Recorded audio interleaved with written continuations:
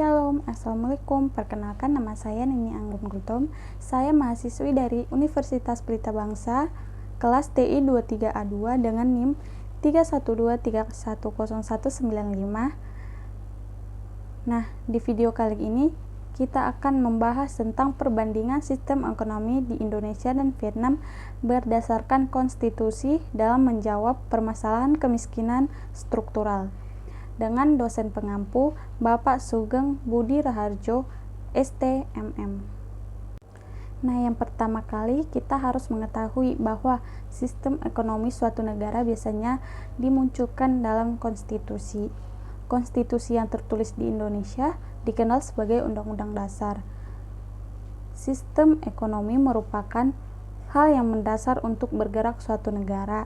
Salah satu istilah yang kerap muncul terkait sistem ekonomi dalam suatu konstitusi adalah konstitusi ekonomi.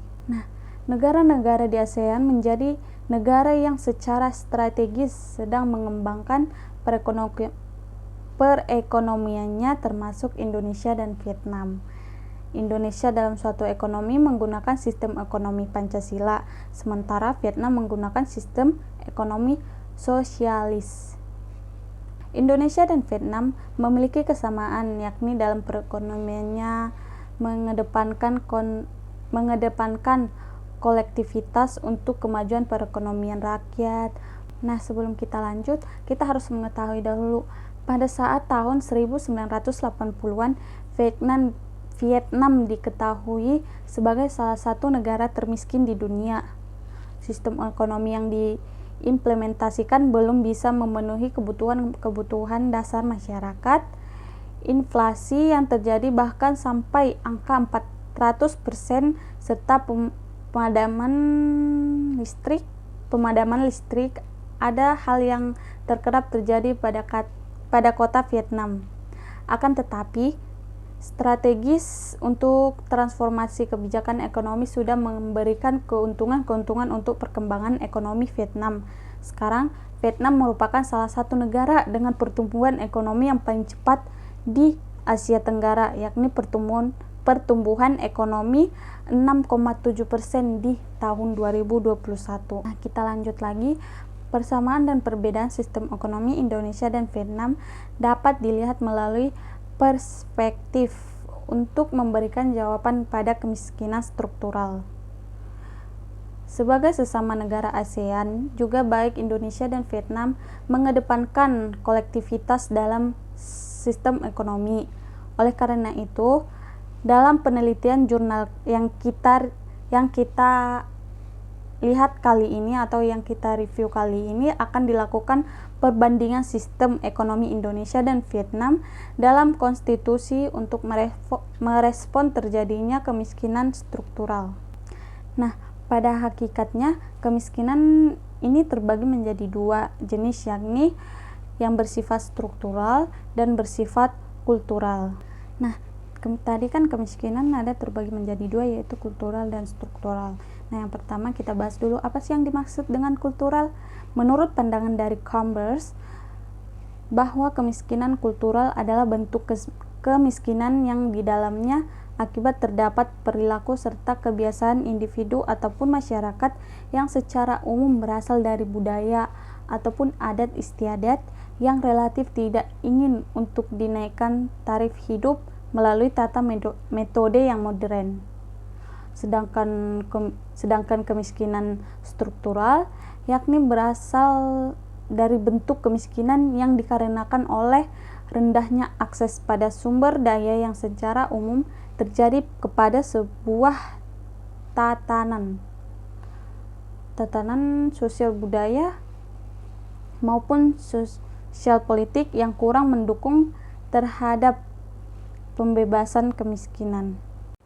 Nah, yang berikutnya yaitu tentang diskursus terkaitnya kemiskinan struktural menjadi penting kaitannya dengan upaya-upaya menjawab permasalahan ketimbang yang telah menjadi permasalahan bagi masyarakat kelas bawah. Kemiskinan struktural pada sebagian sektor produksi di Indonesia, kemiskinan struktural pada masyarakat yang bergerak dalam sektor produksi berawal dikarenakan paradigma pengelolaan sumber daya alam yang kapitalis di mana materi dilihat sebagai ukuran keberhasilan dan paradigma-paradigma yang melihat bahwa negara berarti pemerintahan, sehingga tata kelola sumber daya alam melalui negara dilihat menjadi pengelola sumber daya alam melalui pemerintah. Nah, contohnya yaitu untuk masyarakat yang hidup di kawasan perkebunan, adanya kemiskinan struktural timbul dengan bukti lewat terpuruknya kondisi ekonomi masyarakat yang awalnya mempunyai akses kepada sumber daya lahan. Oleh karena diakibatkan adanya ambil alih lahan dengan paksa lewat perkebunan, kehidupan petani menjadi turun serta muncul ketimpangan akses terhadap sumber daya lahan. Nah, di mana kita membuat penyelesaian permasalahan kemiskinan struktural tersebut berkait dengan sistem ekonomi suatu negara tersebut. Nah, dapat kita lihat apakah negara tersebut menganut sistem ekonomi kapitalis, sistem ekonomi sosialis, sistem ekonomi Pancasila, atau sistem ekonomi lainnya. Sebagaimana dimengerti bahwa konstitusi menjadi hukum dasar yang dijadikan landasan dalam terselenggaranya suatu negara. Nah, oleh sebab itu, konstitusi yang ideal adalah hasil dari penyempurnaan serta penyesuaian sesuai dengan perkembangan zaman, terkhusus yang terkait dengan kemauan serta hati nurani rakyat. Dapat kita lihat di Undang-Undang Dasar Negara Republik Indonesia tahun 1945, selanjutnya disebut dengan Undang-Undang RI, Undang-Undang NRI 1945 menjadi suatu konstitusi yang disahkan melalui para pendiri negara Republik Indonesia pada tanggal 18 Agustus 1945. Undang-Undang NRI 1945 sudah memperlihatkan bahwa negara Indonesia adalah negara yang menganut konstitusialisme, prinsip demokrasi, serta konsep negara hukum. Konstitusi sendiri kerap kali diartikan sebagai penggambaran seluruh sistem ketatanegaraan suatu negara. Kita tarik dari kesimpulannya, yaitu konstitusi ekonomi adalah garis besar utama negara sebagai kebijakan pada penyesuaian atau penyusunan, implementasi, dan proteksi ekonomi negara serta warga negara. Pemikiran yang terdapat di konstitusi pada bidang ekonomi dijadikan sebagai pedoman untuk pembangunan ekonomi negara dan terbentuknya kebijakannya perekonomian. Nah, kita lanjut lagi. Di mana pentingnya adanya sistem ekonomi pada konstitusi dijadikan sebagai zona pertahanan di tengah-tengah kemajuan serta perkembangan ekonomi negara-negara maju serta berkembang. Sistem ekonomi juga dapat dijadikan sebagai acuan ataupun kerangka sebuah negara pada saat menjalankan pembangunan ekonomi. Sistem ekonomi penting sebagai arah untuk negara ketika merumuskan berbagai regulasi terkait ekonomi. Nah, perlu juga kita ketahui bahwa terdapat sistem ekonomi yang banyak dianut negara-negara dunia, yakni 4 sistem ekonomi. Yang pertama sistem ekonomi Islam atau sering disebut Islam Economic System. Yang kedua sistem ekonomi terencana. Yang ketiga, sistem ekonomi campuran. Yang keempat, sistem ekonomi kapitalis. Nah, sistem ekonomi yang dipilih akan dirumuskan dalam konstitusi. Sistem ekonomi tersebut menjadi sistem ekonomi yang dijadikan dengan perencanaan melalui pemerintah.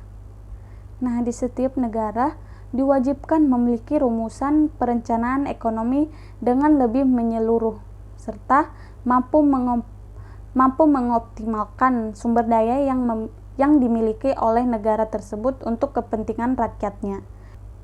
Dari berbagai sistem ekonomi campuran merupakan perpaduan sistem perekonomian pasar serta terencana. Nah, kemudian yaitu sistem ekonomi liberal. Apa sih yang dimaksud sistem ekonomi liberal ini? Sistem ekonomi liberal ini memfokuskan kepada hak properti, yakni seorang individu diperbolehkan memiliki keseluruhan faktor produksi, sedangkan sistem komunis yakni keseluruhan faktor produksi dimiliki pemerintah. Nah, demikian penjelasan yang bisa saya jelaskan.